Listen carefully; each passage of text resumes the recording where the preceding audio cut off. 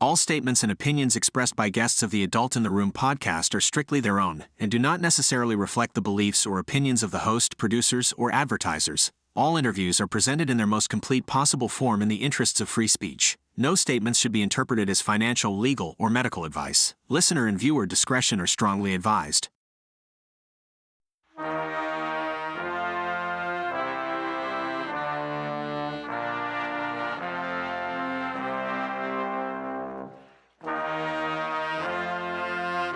It's the Adult in the Room podcast with Victoria Taft. That's me. Welcome to another edition of the Adult in the Room podcast. Victoria Taft with you, and we are here at Flamingo Road Studios. And I just want to point out to our new watchers and viewers and all that stuff, our Real Housewives of Antifa t-shirt, which I happen to have on. And these are the ones that the left did not want you to see back in 2020. In fact, I made a bunch of different kinds of designs and wanted to have people able to use them to, put them on a cup or a t-shirt or whatever. And this is the first one this time around. But they said, "Oh, I'm sorry, we can't do that. That's just not very nice to these leftist terrorists," which are, and yeah, no, seriously, yeah. And so I have been hanging on to them, and I thought, well, I don't quite know what to do with them, but I thought now's the time to make a t-shirt with the Real Housewives of Antifa. I've also got a journalism squad and the bomb squad and the rear echelon squad. So you can see that there's something for everyone there, and I'll let you know where you can get them as soon as I figure out how I'm going to do that. Okay, so today we have a couple of different guests. A friend of mine from back when, Chuck Wiese, he's a meteorologist, and we're going to talk a little bit later in the program about the Mr. Man, the hockey stick University of Pennsylvania professor who is the person who did the most to set us off in this reckless area, this reckless direction having to do with global warming. It's a climate catastrophe. So anyway, there's been some news on that front, and so I'm going to let him tell you the news. So that's good. The other thing is that we're going to talk to Seamus Bruner. And today, of course, I get up at dark 30 because, it's time to produce the show. It's time to figure out what's going on. We got to figure this out. And so, of course, I was watching the Antifa seminar, the big meeting at the White House. And so Katie Davis-Gort was there, and Andy Ngo, and he should definitely have been there for sure. Jonathan Cho, one of my friends, was there. And I know that, boy, Honey Badger Mom should have been there. She didn't get invited. Nick Sorter was there, and I was like, what? I mean, he's been in town for, 3 days or something? It was just one of those. Well, but he had one of the best things to say. He just sort of distilled it into one sentence, the problem with Portland and why they continue to allow Antifa to run roughshod over the local leadership. And a guy who reads my writings and pays attention to this podcast said to me, "Victoria, you really need to, you need to ask official Portland, why are you protecting Antifa? Why are you protecting Antifa?" And I thought, out of the mouths of somebody who's just coming onto this issue, why are you protecting Antifa? Absolutely. And it's Nick Sorter's contention as well. Let me just play this little cut for you from that big meeting at the White House on Antifa. Cities and police departments that are cooperating with Antifa, such as Portland. I mean, the Portland politicians are literally willing to sacrifice their own citizens just to appease these Antifa terrorists. That's exactly sickening.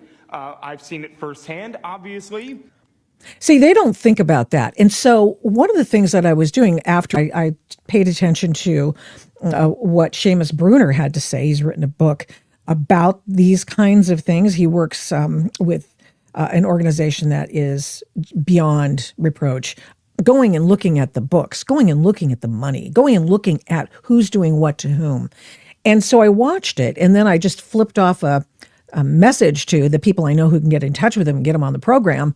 And lo and behold, they did. But I did weigh in on what he had to say. I did delve into his discussion about who is funding this operation.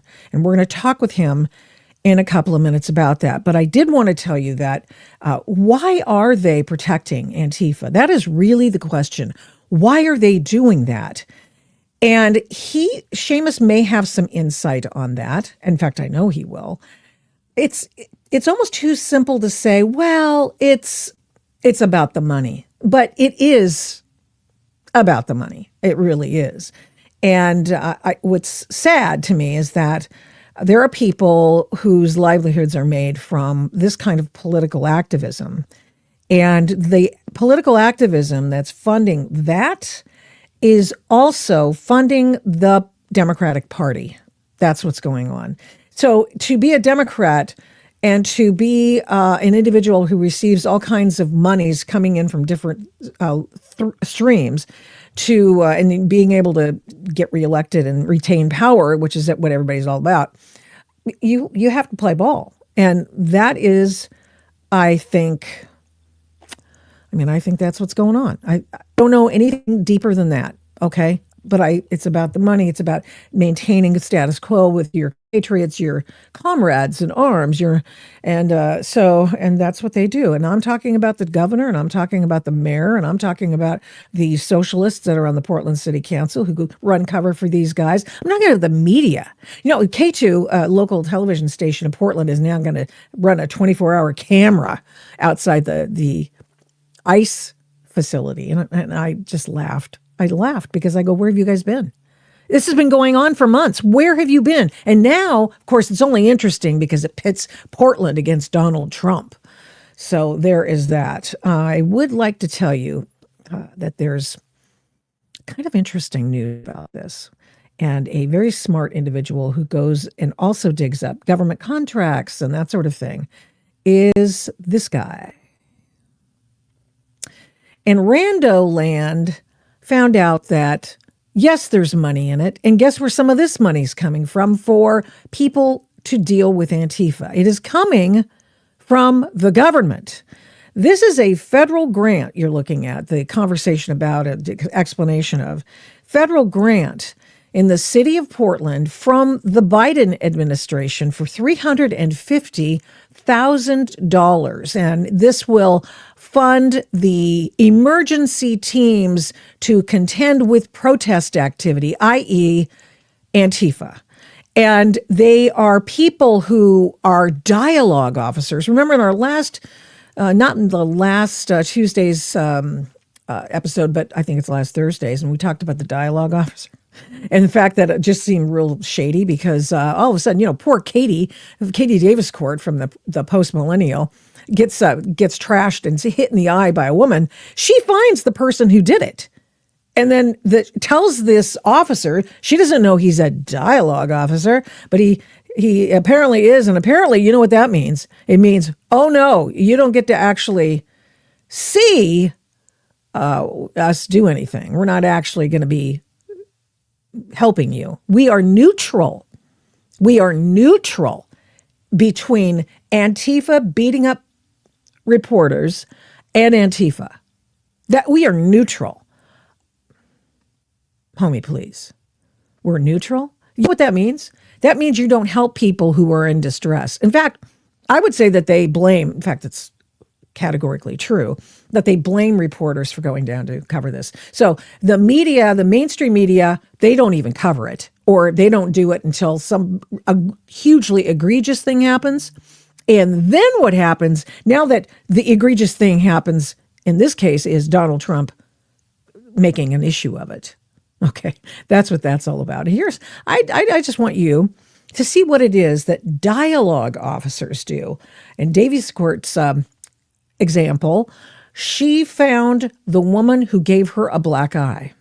She followed the woman, which to me, I had a chance to follow Antifa guys on Sunday, and I said, I don't know. I followed them as much as I dare. She was doing it in the dark, and she was mad because they had just busted her in the eye with a flagpole, which had a whip at the end of it. So this is what these so-called officers, what do you call them? Discourse officers? What are they again? Dialogue. All right, so I have this assault suspect I have the police guy following, so we're gonna see if anything happens. I have the police guy following. Little did she know.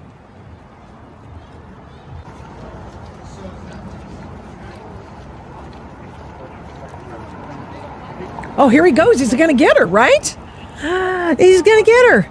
Get her. Arrest her. Yes. Jan Sport backpack. Do not touch me. That one. Do not touch me. Her. Do not touch me. Please listen to what this chick says. I'm underage. Do not touch her. I'm underage. Do not touch me. I am underage. Do not touch me. I'm underage. How about a little blackmail there?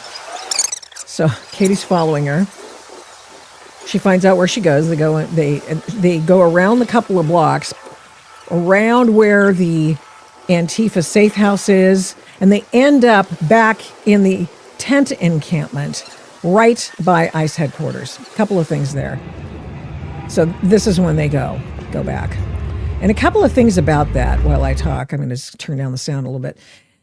And it is this, see that building behind the tents there? That's the ICE building. They're right next to the ICE building. There's a separation of some train tracks, and that is a security nightmare for ICE officers. They are allowed to collect there. They're allowed to get their food and water, and they're allowed to get extra clothes, weapons, I imagine. Why wouldn't you keep weapons? You endorse the use of the weapons against people and ICE officers, probably munitions, all kinds of things. My guess is that they probably bring them in from the safe house.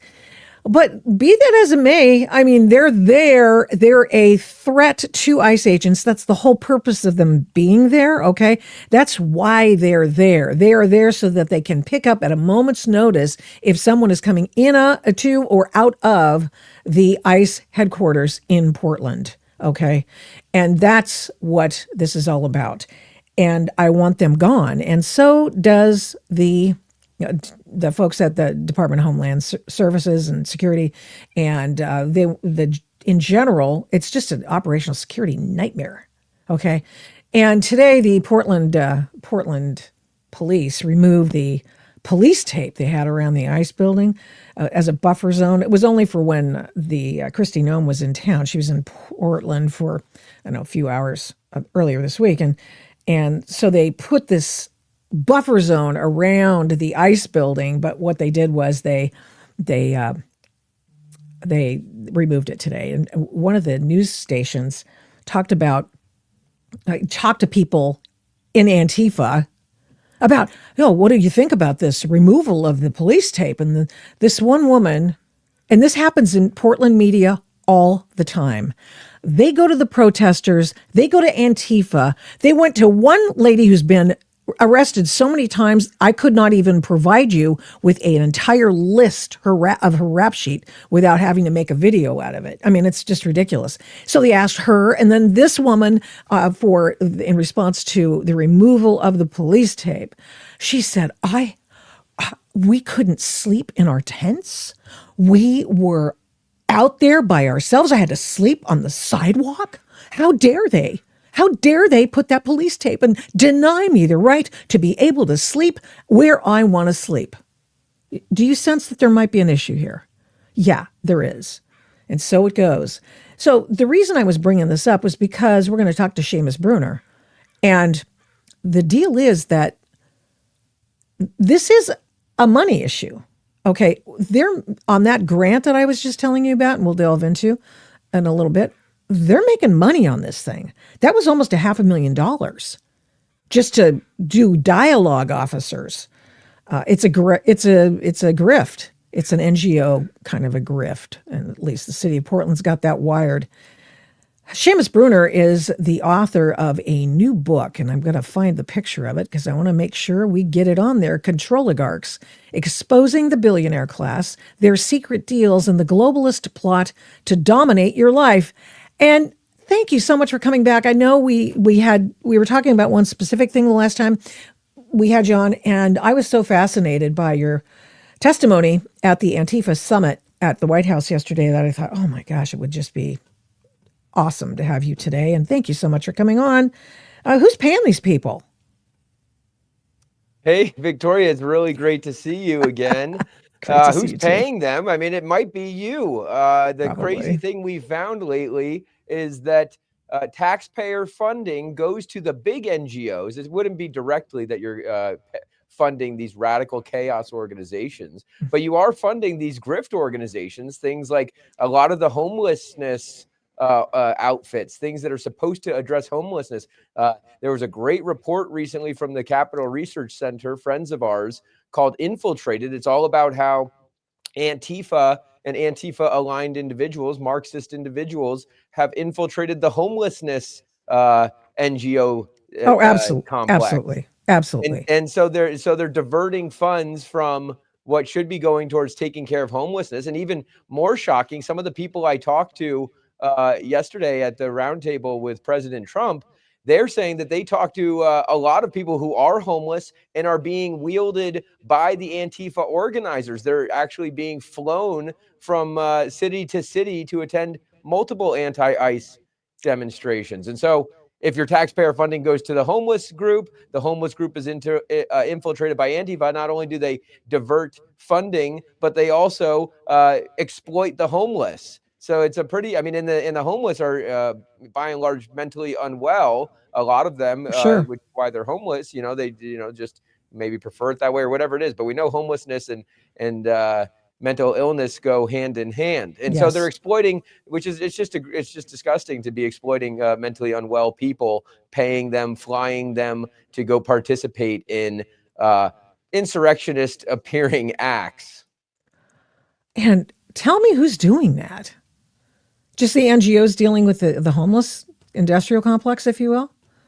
Are they the same Yeah, well, I people mean, that you mentioned? Well, look at these. Here's a few things that help that you talked about yesterday. Your Arabella and all these places. Are those the people?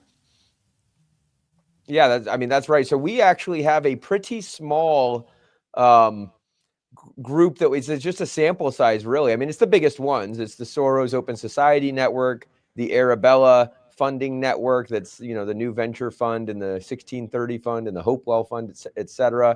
Mm-hmm. But with Soros Network, Arabella Network, the Tides Network, of course, we've got on our list, as well as the Neville Roy Singham Network, which is People's Forum and Code Pink.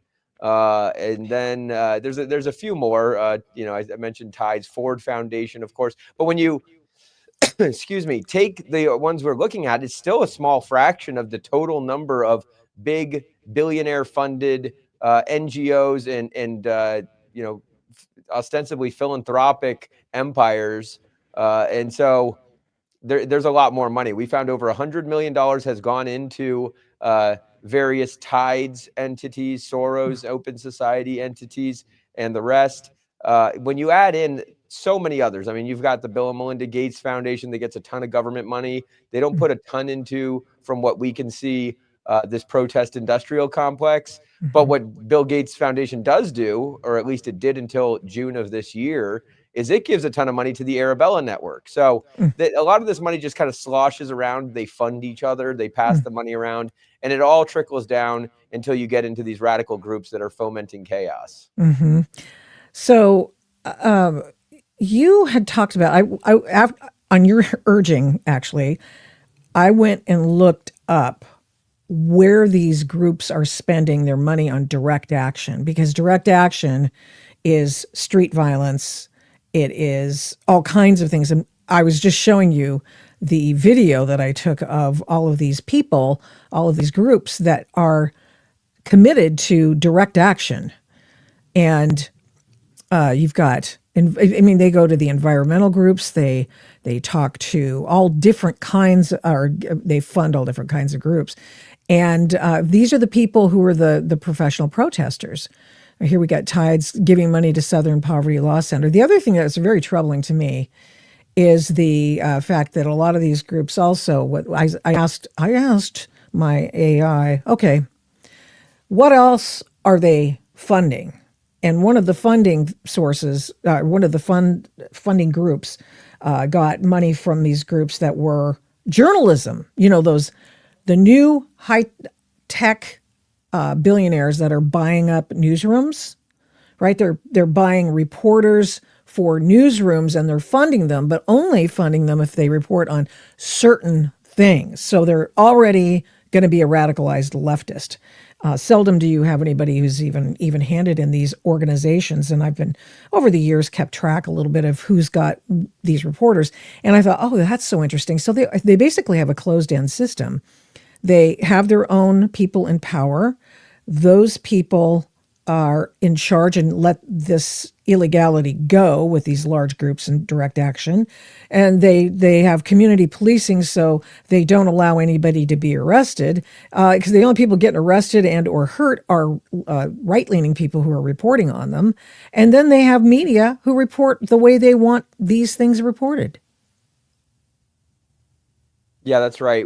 In my remarks at the White House yesterday, I said, we've called this protest industrial complex Riot Inc., Yes. Riot Incorporated. And like any major company, Riot Inc. has all sorts of divisions. And I'm so glad you brought up the PR and media division, because that's such an important one. I wasn't able to get into that, but you're right. Like Laureen Powell Jobs, the widow of Steve Jobs, she bought up all these newsrooms. They run propaganda.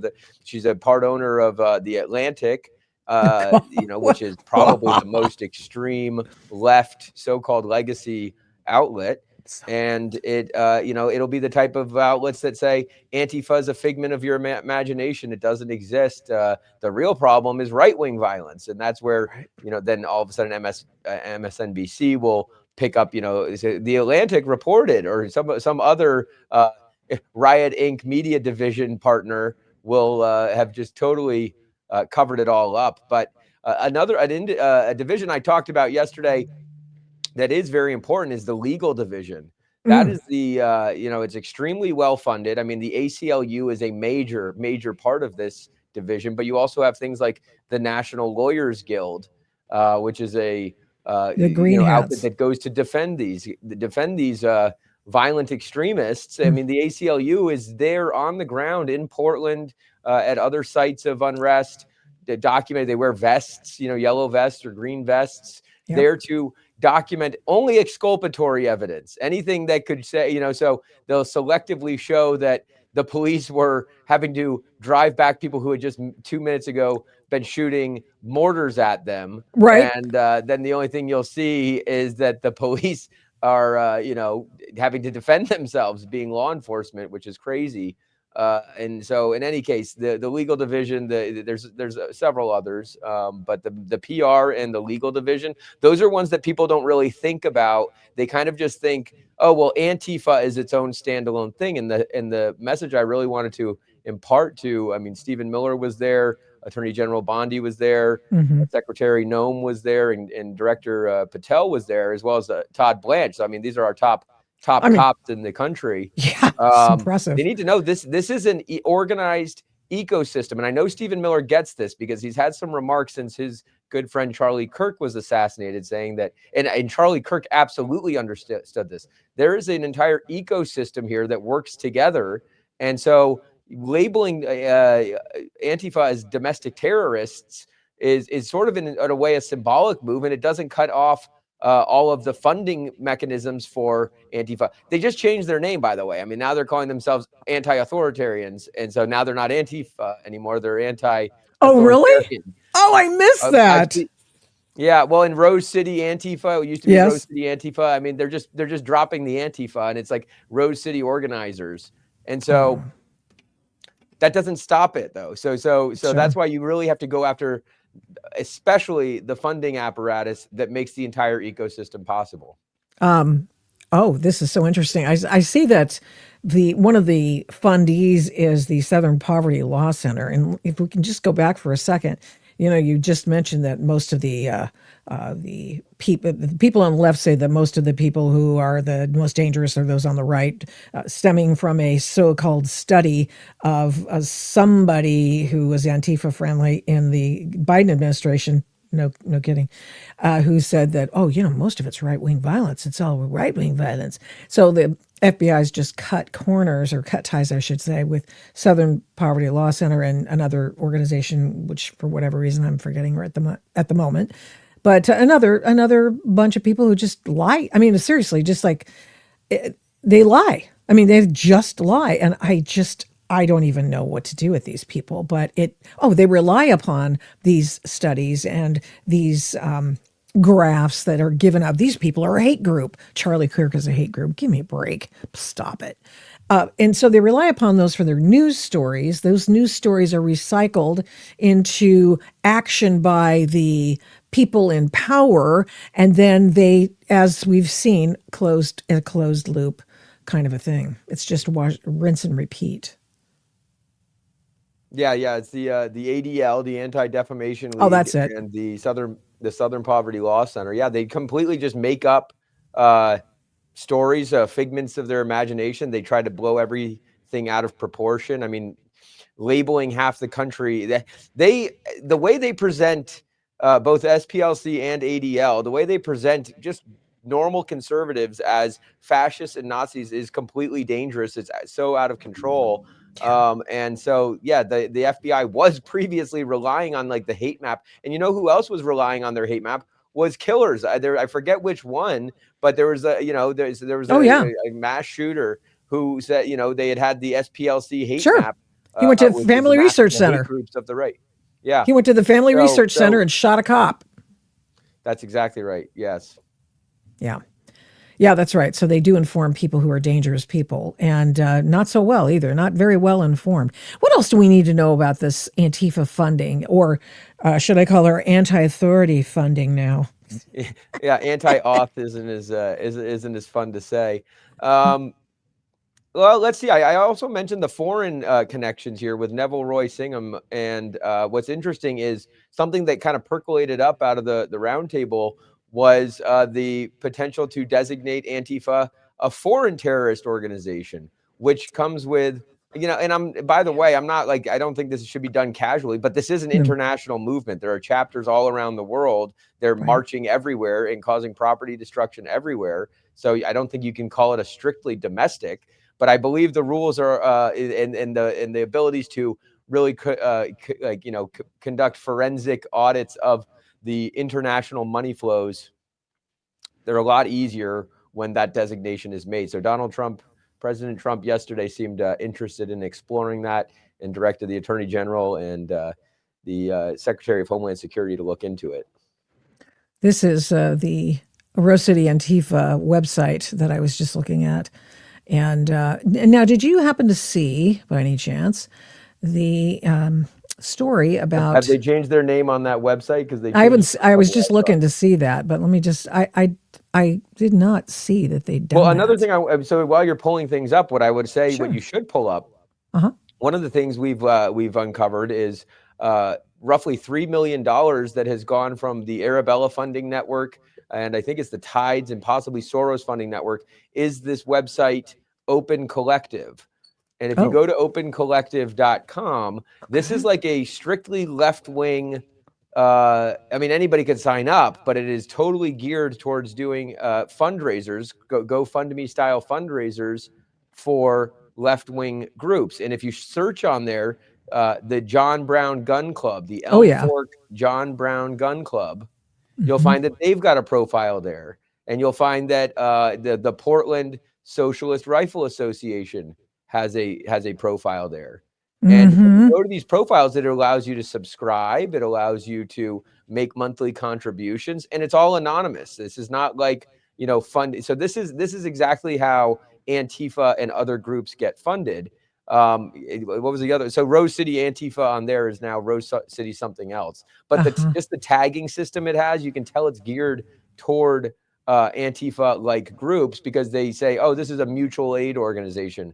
That's one of their little code words where you kind of provide aid and comfort to the Antifa rioters. Like, maybe you don't chip in money, but you let them couch surf, or you'll make them a meal or something. Right. So the level of organization here is out of control. I would say that Rose City Antifa still says it's Rose City Antifa here. and that's just interesting. But yeah, I'm I've seeing noticed. more and more. If you look on that Open Collective website and search for Antifa, you'll find only foreign Antifas, not local chapters. But then they'll have local okay. chapters, Looking like for the the Rose search City bar. one, have changed their name. I don't have And it's any. and these aren't like incorporated entities anyway. I mean, it's like it's as simple as changing your name on any social media platform. Are you seeing this, by the way? The information on the Open Collective on your screen, because I'm hoping that I do. Okay, good. I can't find a That's search right. bar. I didn't have. Oh, I didn't. You're not seeing a search bar? No, I I'm do. just What going I to do did is I control did. find. Here, Antifa. Nope, zero Antifa shows up. I just did a control F just to see what would happen. And okay, all right. I'll send you the pages. We have the Thanks. link somewhere. No, I believe you. You're the individual with all the resources. I mean, this is what you do. The other thing that I was curious about was that I've noticed in the media, local media, especially in Portland, where they'll often ask these rioters and or protesters, well, what do you think about this? And I mean, it's just you have to almost be stupid not to know that like Tracy Molina is a person who's been arrested so many times, and I see her popping up and she's being quoted in these stories like, oh yeah, well, we were just there, and she just got arrested the other day, as a matter of fact, down there at the ice place. And but what I noticed is that she has held several different kinds of online fundraising over the years. And here's a person who's supposedly disabled and lives and all sorts of things. And but she seems to rake it in when she does these online fundraisers. And I'm thinking, who's paying for those online funders anyway? Who's doing that? Are they all coming in and swarming in like they do on Share Blue and Act Blue and all that stuff, where there's itty bitty microscopic donations to certain people, and eventually they end up with $50,000? Does that make sense to you? Yeah, well, that's something that we can't find out, but law enforcement certainly can. The FBI can find that out, and so I'm just I'm encouraged that the administration seems to be taking this seriously. It's gone on too long that we have large cities getting totally rocked and immersed in chaos just because a few a pretty relatively small activist movement. I mean, it's not like we're talking tens of thousands of protesters there are actually committing the violence. So it should be pretty easy to crack down. And I think a lot of other people will get in line. You see that's the only way to stop this stuff is to throw the book at, and use every legal tool in the toolbox to prosecute these people. Mm-hmm. And that means going through their finances. That means going through anybody who's facilitating criminal activities finances. I mean, that's totally well within the administration's rights and law enforcement's rights. It must be done to if there's criminal activity, to prosecute it. And so that's what's important about this, is that they've been getting away with it for so long because these are blue cities. They're poor. It doesn't happen in Florida. You don't see this kind of stuff happening in Florida. You see them happening in Illinois, where you have governors like Pritzker, or out in the Pacific Northwest. What do they get out of it? I mean, I've been pondering this question, and it's sort of like, okay, there's money to be made, but these same organizations also fund the Democratic Party, all of which these people are a part. And so I wonder, is there some sort of symbiotic relationship there, that they're required on some level to do this, or their life is made a lot easier if they do this? I don't. Can you tell me what the big angle is why do they protect Antifa? Well, I mean, look, not all of them, but a lot of them are communists, or closet communists, or Marxists. Yeah. And if you look at it's in chapter 10 of Control Oligarchs, the end game. Over 50 years ago, it was maybe 70 years ago, for an FBI agent, W. Cleon Skousen, published a book, The Naked Communist. And you read those Communist Party goals, dating back to over 50 years ago. I only printed 20 of them, but it's like abolish the police type stuff. And all of the things that you're seeing these Marxist groups do, these communist revolutionaries do in America, it's been part of the playbook for a very long time. And so, I mean, why do communists want to destroy things? I guess they think it'll give them power, but it has failed everywhere it's been tried. So it's just like, kind of a pain. We have to go through this all again. Yeah, I know. And it's like every once in a while you come across somebody who's just doesn't know anything. And then you feel like you're just, do I really have to explain all this stuff again? But I didn't honestly know. I didn't realize if it were ideological. They try to have this sort of arm's length relationship with these people, except the governor, whose aide when she was still working for the governor, and she's still working now for the governor. But as the House Speaker, her aide was rioting in downtown Portland. So, there just isn't that much. And another thing, why the Democrat politicians who may not necessarily be like dyed-in-the-wool Marxist communists, why they go for it is because there's not a lot of things energizing the Democratic base right now. And so, when you get a bunch of people fired up about being anti-ICE, yeah, you've got some of the really extreme ones. But there's plenty of Democrat voters who are going to turn out because of kids in cages or whatever else the talking point is. And so you get the radicals who go and attack the women's crisis pregnancy centers, but then you get a whole ton of women who just will vote purely based on a pro-abortion stance. So you got to take the bad with the good, I guess, would be the gamble that the Democrat leaders are making. I just like you to fold this into your thinking, and it is the recent story just a few days ago in which a Swedish independent journalist looked up, found, and confronted the co-founder of Rose City Antifa, and he and his wife are holed up at a place in Sweden. They did a bunk. They left town. I'm not sure I don't know when they did that. Did you hear about it? No, I would imagine that. A lot, they're defiant online, but I don't know if you saw the video.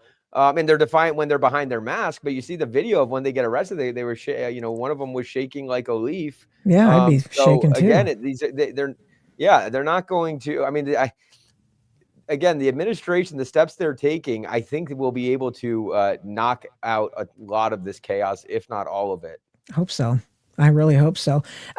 So you were presenting yesterday, and the president said, well, could you make sure that Pam Bondi has all this information, and DHS Secretary Noem and Kash Patel, the FBI leader? And I was thinking, I'm pretty sure they already had this stuff. Don't they have your book? What did you talk with them? Did you give them what you had?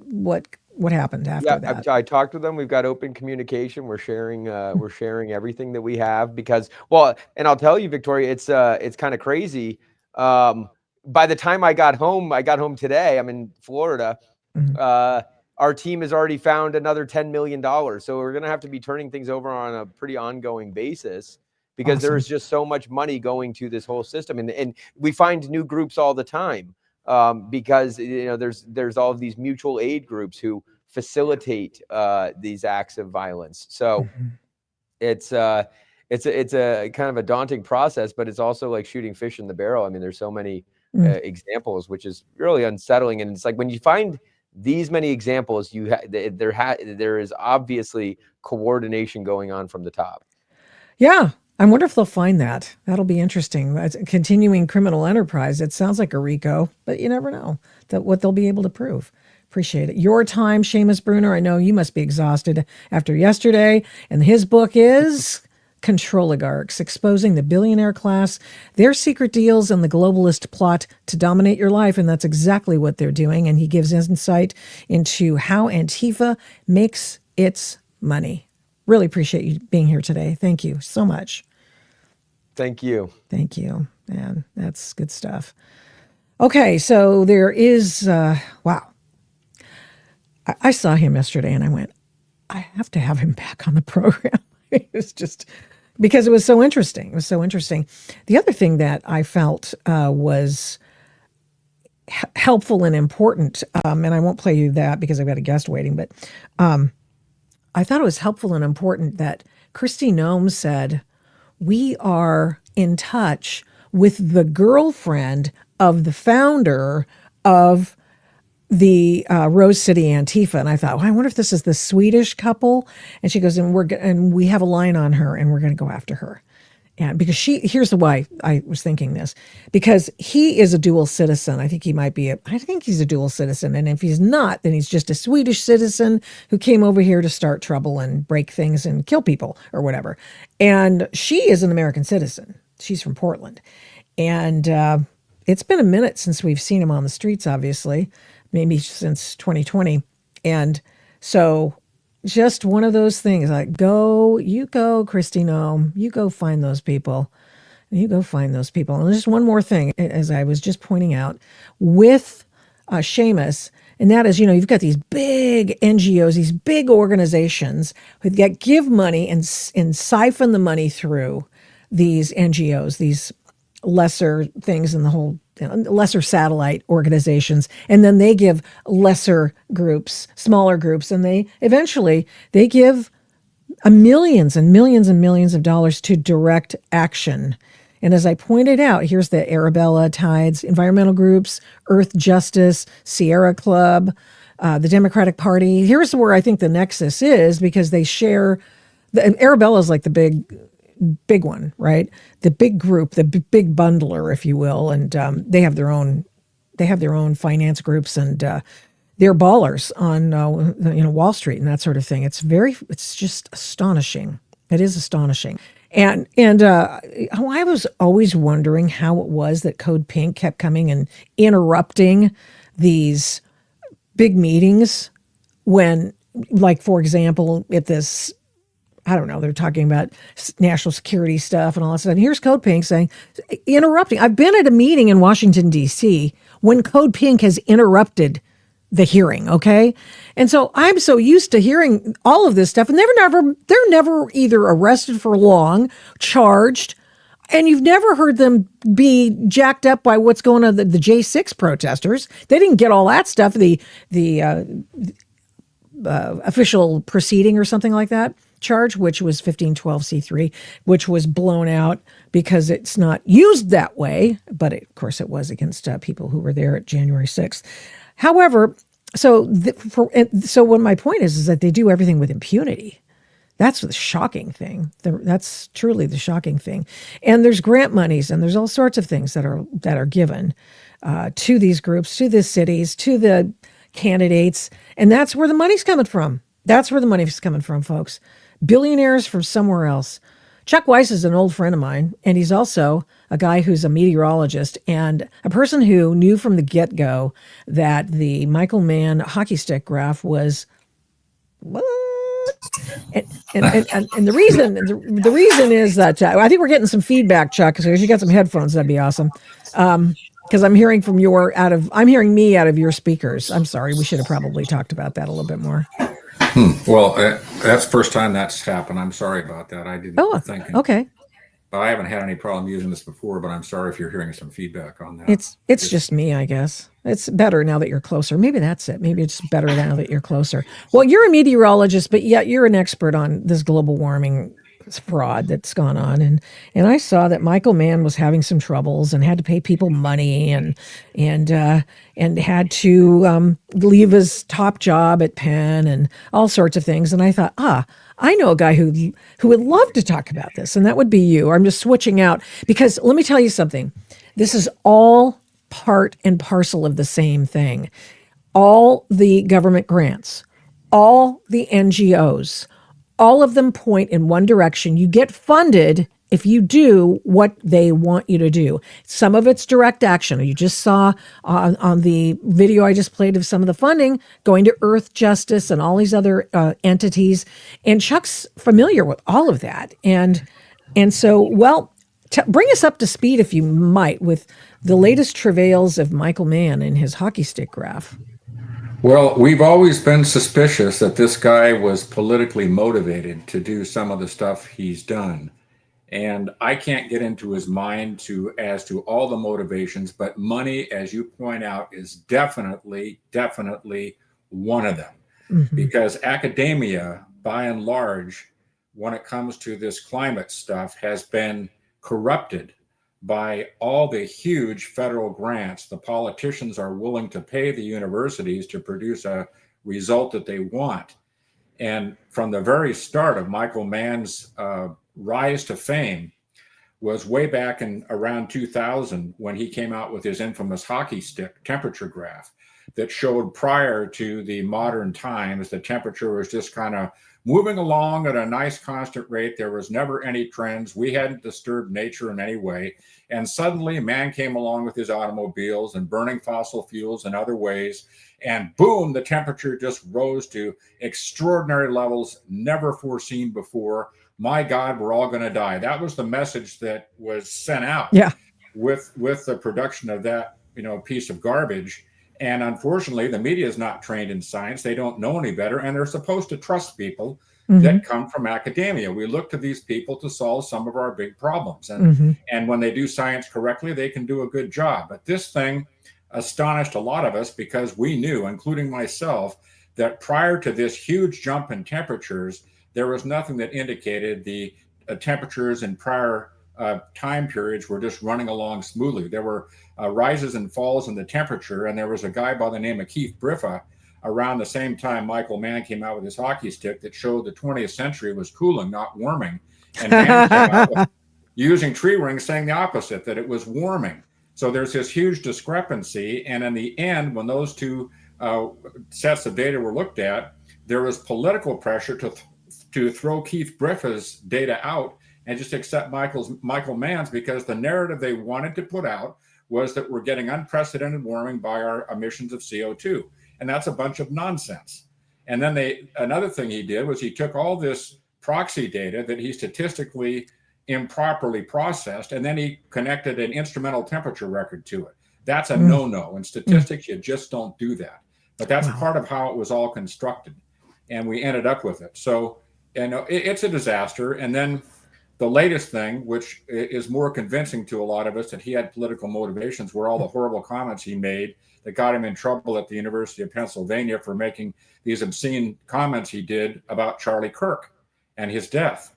And that's what kind of opened the door to getting him pushed out. And I don't know, is it possible that they always wanted to do it because of all the errors that were so obvious and the work that he did on this temperature stuff and climate? And so they use that as an excuse, or was it really just because of what he said? I don't know. But the end result is he lost his position there. And he said, well, I agree, I have to resign it because I am political. He admitted it finally. And when he was doing all this climate work, of course, there was no mention of politics, but the politics were driving the whole thing. And they continue to drive it today. It's just crazy. The thing, he's absolutely right. But the thing is that all of a sudden he couldn't make all of the money that he was making doing his research and being able to, just rake it in on all of these different projects and that sort of thing. And he couldn't, as a person who was in the administration, he'd taken a job. Now he was in the upper echelons, and they go, you can't do that. It's unethical. So you either make a choice. You're going to be a political individual, or you're going to be a scientist in charge of your department. You make the choice. He made the choice of being political. Yeah, he did. And unfortunately, so did a lot of others, because we saw people in our own state get horribly mistreated for just trying to do good work. And I became friends over the years with the late George Taylor, who was the Oregon's former climatologist. Yes. And George did impeccable work. He did impeccable work. And they pushed him out because he simply couldn't find any reason to agree with the climate hysteria that was coming out of Oregon State University. And that whole thing is shameful, because that's where I come from. And I was in the atmospheric science department there at Oregon State. And there was no discussion at all when I was at the university about CO2 change in the climate. The only thing that they had decided that they wanted to do was to build these climate models, which made my heart sink, because I had no interest in beating my head against the wall to try to do that with all the problems that you'd have trying to make it work.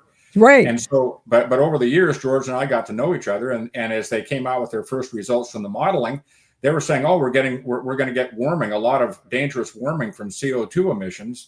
And George said, well, nothing that I see can validate that belief. And I just can't go along with it. And he was constantly at odds with them. And they finally decided, this guy's got to go. We've got a narrative here. We want to stick with it. We can't have any dissent. And then there was another guy who was an organic chemistry professor, Nicholas Trapella. He was also a good friend of George's, and he lost his job, Wow. just with practically no notice at all, because he was teaching his chemistry students that a lot of this business with CO2 radiation is nonsense. And he was debunking some of the stuff that was coming out of the other side too. And the minute they got word about that, they just said, we're not going to tolerate any sort of dissent when it comes to this. And you just don't do science that way. You can't. It's got to be based upon what is the evidence you have and what you have to work with show, using the best available means of scientific methods to make some sort of determination. And if you do it that way, that's the right way to do it. And they weren't doing that. They were throwing out anything that disagreed with the narrative. And then, unfortunately, that continues today. Even though President Trump is in office, these people are still behind the scenes, hoping he'll go away so that they can continue what they've been doing prior to him getting there. And it's really disgraceful. When I was there, we never, and it was never taught at any universities that offered degrees in atmospheric science or anything related, that CO2 could have any controlling effect on the Earth's temperature. It's dwarfed by the effects of water vapor in the hydrological cycle. And suddenly that all changed, and they get these absurd feedbacks from climate models. And instead of questioning those and questioning why they're diverging from what all the founding principles show, I asked the question when I came back and started hearing about the results and said, well, that must mean that everything we learned was wrong. And science is wrong. What happened to physics? It's all done. What happened to change that is my question to them. They said, well, all the stuff that you study doesn't make any difference anymore. The modeling supersedes that. Now, can you imagine if you're a scientist talking to another scientist saying that? That's the modeling supersedes that. Superseded all the founding work. Exactly. Okay. That was what they said. So you have been very outspoken over the past 20 years of what, that I've been aware of, the fact that you're chatting and that's about this, talking, advocating for science. But Michael Mann, who's the granddaddy of them all, one of the biggest voices out there. And now we find out that really he was working for a political aim, but he's also very litigious. And so do you think he's over that now, that he had to pay out some money to Mark Stein and finally that thing was done? And Mark Stein, former National Review columnist, and now is doing his own thing. He used to fill in for Rush Limbaugh all the time and a terrific individual.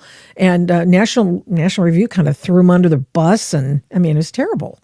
Yeah, and he also sued Tim Ball, the late Tim Ball. Yes. And Tim is not around to talk about all the latest revelations of that. That whole thing is just a travesty. I mean, it's, I can't get into Michael Mann's mind because I'm not Michael Mann, but I can, it's pretty obvious that what he was doing was full of error. I mean, Ross McKittrick and Steve McIntyre were the two really good statisticians that looked at his work with the tree rings and bristlecone pines and saw all kinds of problems with the way he processed all that data.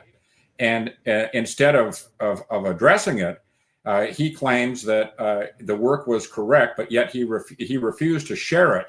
And another guy another guy that came along who did climate modeling tried to say that his work was right, but he cut all the data off right at 1998. And at the end of that period, we had the El Nino, which had a lot of warming.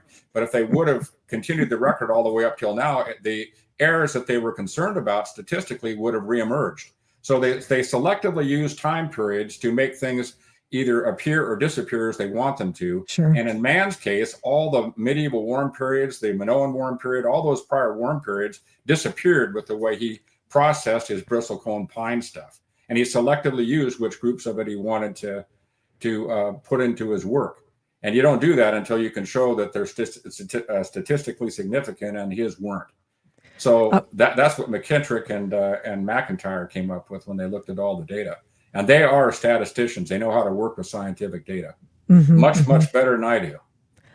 So now that we've discovered, I mean, over the years that he hasn't been fully forthcoming about what's real about his science, is there a liberation sort of feeling in the deniers, as he called you, the groups of deniers, the global warming deniers, that he allied with the Holocaust deniers? Slowly but surely, the truth is coming out, and our attempts and the CO2 Coalition's attempts to expose all the bad science that's out there have been having an effect, because people are starting to notice now, hey, there's a lot more to this story than these other people have been telling us, because their assertions from day one have been the science is settled. Right. And so everybody else, and science is never settled. That's such a stupid comment, but that's the position they took, saying the science is settled. We're beyond arguing about any of this stuff. Now we've got to move to mitigation. And the thing is, their mitigation strategies are a disaster. They're going to make no difference to the atmospheric CO2 levels, to the climate, or the weather. And, California's been at this now. Oregon is trying to do it, EVing all the automobiles and going to renewables, this sort of thing. What's happening to atmospheric CO2 with what they've done so far? It's not doing anything but going up, like it's always been going up. And new physicists have looked at this problem with the CO2 and determined that it's very, very doubtful that man's CO2 emissions have caused all this increase since the start of the Industrial Revolution. There's papers out there, and several of them, that say that they're estimating it's only about 17 to 20%, which seriously damages their claim that we're hurting the climate, even if you buy into the fact that CO2 can cause warming. And like I said, the feedbacks with water vapor and the hydrocycle make it all negative. You got to count it, but it's not going to have any meaningful effect on temperature unless you let the feedbacks become positive. And that's what those climate models did. And there's no way you can reconcile that with all the founding work. And so they just say, well, the model superseded. It's just poof. It's magic. Disconnect. Yeah, it's a disconnect. Wow. Okay, Chuck, thank you so much. I appreciate it. I was just hoping that we could get you dancing a little jig, that Michael Mann finally has gotten his comeuppance and all sorts of things. Now, this has just been an ongoing issue, and he's ruined people's lives. He ruined Dr. Tim Ball's life. I would say Tim Ball rose above it, but he tried to malign him so much. And so I'm so glad that he's been shown up, frankly. I know that's not a very good Christian attitude about it, but, Yeah, well, the problem with a lot of these people that are in academia, they have a right to a professional opinion. He has a right to his, and yada, yada, yada. But, so you have a hard time proving he fraudulently did anything. It may be construed that way or looked at that way, but you have a hard time proving it, because if he didn't do it fraudulently, then he's incompetent. So then which is it? Because that's really what it boils down to. Yeah. So, I don't know where that's going to go with him. The University of Pennsylvania, like I said, there's been a habit by all these academic types, or the people that run the academic universities, that they like the money that's coming in, and they don't want to let go of it. If they ever admit that, hey, all this stuff with climate models and things we've been doing are really not that good, and we made a lot of big mistakes, their funding dries up, and it's in the billions of dollars a year. It's just, yeah, I know. Chuck, thanks again. Appreciate it. Go get them. Well, you're welcome. Stay welcome. Frosty. Okay. Yep, you too. Bye-bye. Thank you. Appreciate it. Yeah, it's just an ongoing succession of grift, graft programs, governmental oversight, and it's all coming from one direction of the political spectrum. And they've had people over a barrel for years and years and years. Oh, it's Antifa. They're just doing First Amendment activity. That's fine. Oh, it's just the global warmists, and now we're just showing you what our models show, and they never show you what is actually in their data. So and if you disagree with them, oh, you're out. You're out. You have no living.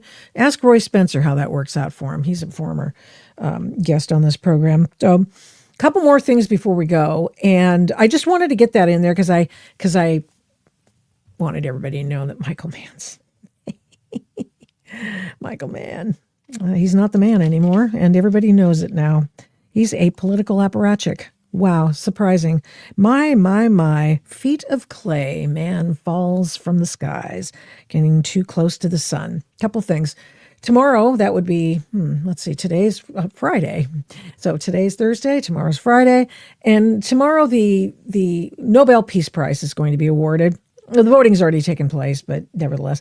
And this is happening around the time that President Trump has announced this supposed deal between Israel and Hamas. And just a couple of thoughts on that. Not that anybody really cares what I think about international things, but you should actually, because I probably agree with you. And it's like, okay, well, you know what? I'm going to believe it when Hamas actually turns over the people who've been held hostage for all these months, for a couple of years. I'm going to believe it when the group Hamas no longer exists, because that's part 2 of this agreement.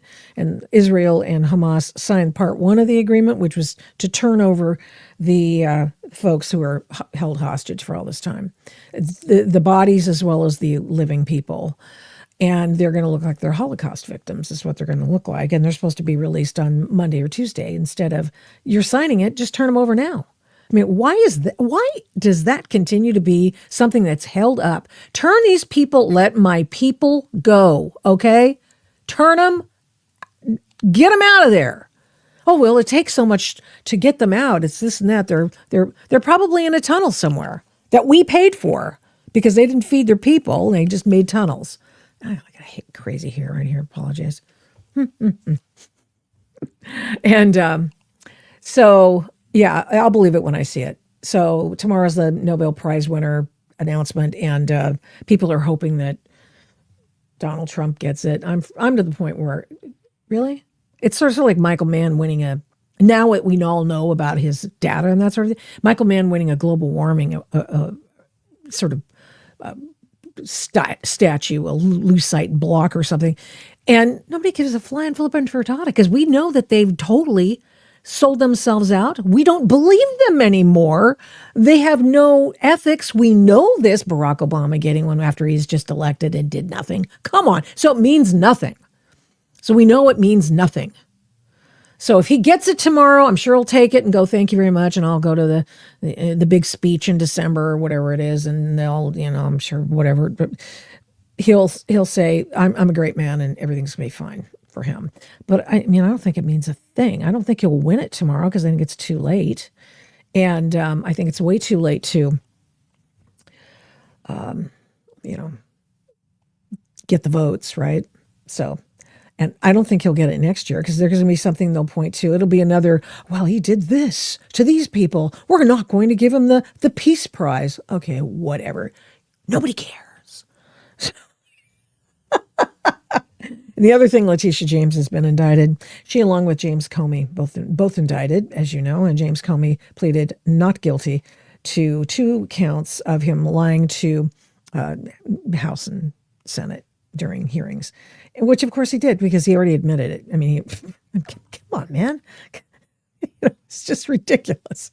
I mean, these people it's absurd. It's absurd. So people say, oh, he's going after, Trump's going after his foes. He's going after people. He's score settling. Listen, I think there might be some of that going on. I mean, but I have to say, if you knew of the individual who nearly single-handedly attempted to undo the 2016 election, and you had the goods on him, wouldn't you bring charges against him? And if not, why not? Somebody's going to have to pay for this. I want to see somebody in some leg shackles. I would just treat him like they did Peter Navarro at the airport. Put the leg shackles on, you got the handcuffs on, and make him chain, sound chunk, clunk, clunk, clunk out of the airport. That's what they did with the Trump people. I'm not saying you have to treat them exactly the same, but just one of them. But no. Instead of getting the treatment where they sent in the SWAT team at Odark 30 and then they took him out in handcuffs and scared his wife to death. Instead of doing that, they should have let him go to turn himself in at the DOJ. Well, they didn't do that, but they did that for James Comey. So I don't want to hear about it. When you are so misapplying the law, like Letitia James did, and clearly doing it for political reasons, she ran and won based on, I'm going to get Donald Trump. I don't know if anybody knows this, but that's wholly unethical. I mean, that's just not how it's supposed to go. So when you've got fake people and they're flouting their illegalities, I say go get them. It's like Antifa. What are we waiting for? Why are you protecting these people, Portland and Chicago? Why? Why are you doing that? Why are you encouraging this unrest by failing to roll up the same people who are causing said unrest? Why is that? And then turning a blind eye when reporters get slapped around, beaten, and all sorts of things, arrested. Come on. There's supposed to be a blind justice. Lady Justice has got the blindfold on. She's got the scales, man. And they're not even balanced scales. So anyway, I'm thoroughly disgusted with these people. I have no problem with that. I don't think it's necessarily score settling. I think it's just like, duh. This guy tried to rob the American people of a president. This guy over here decided, did you know Comey sent in some 2 honeypots into the 2015 election campaign of Donald Trump just to see if he could get some little information out of his people? He's a Republican. No. You're not married to the hag he's married to, who's going out there with those interesting looking pink hats on. And you're a Republican. Oh, no, you're not. Oh, no, I'm sorry. I disagree. Okay. Thank you for tuning in today. I really enjoyed Seamus Bruner, and go out and get that man's book, The Control Oligarchs. He works with Peter Schweitzer, and all they do is look at data. They want to help the government. They want to make it better. They want to stop the graft. I'm for that too. See you on Tuesday. Forgive me. See you on Tuesday. And by the way, just please subscribe, share, comment, please. It all helps us get known better by the algorithm. I really appreciate it. Things are growing pretty fast. And, Alex, thanks to you. I mean, he's just making sure that we get content out there to show you, hey, this is really a good show. It's really worth your time. And we don't waste your time at all. I choose things. I've been in news for years, right? I know crap from good stuff. And I've been in talk for almost as long as I've been in news. So I do know how to do that. So stick with me. It may not be, the global warming thing may have just been something, what? I didn't see that one coming, Victoria. But now you see, don't you? Now you see it's all part of the whole deal. Anyway, great seeing you here. I'll see you back on Tuesday. Thanks so much for watching. Thank you so much for watching and listening to this episode of the Adult in the Room podcast. We do not take you for granted. We appreciate every single person who tunes in every week to listen and watch this program. We're here every Tuesday and Thursday, live streaming on Rumble, and then on every other podcast platform shortly thereafter when we can port it over and get it over there as soon as we can.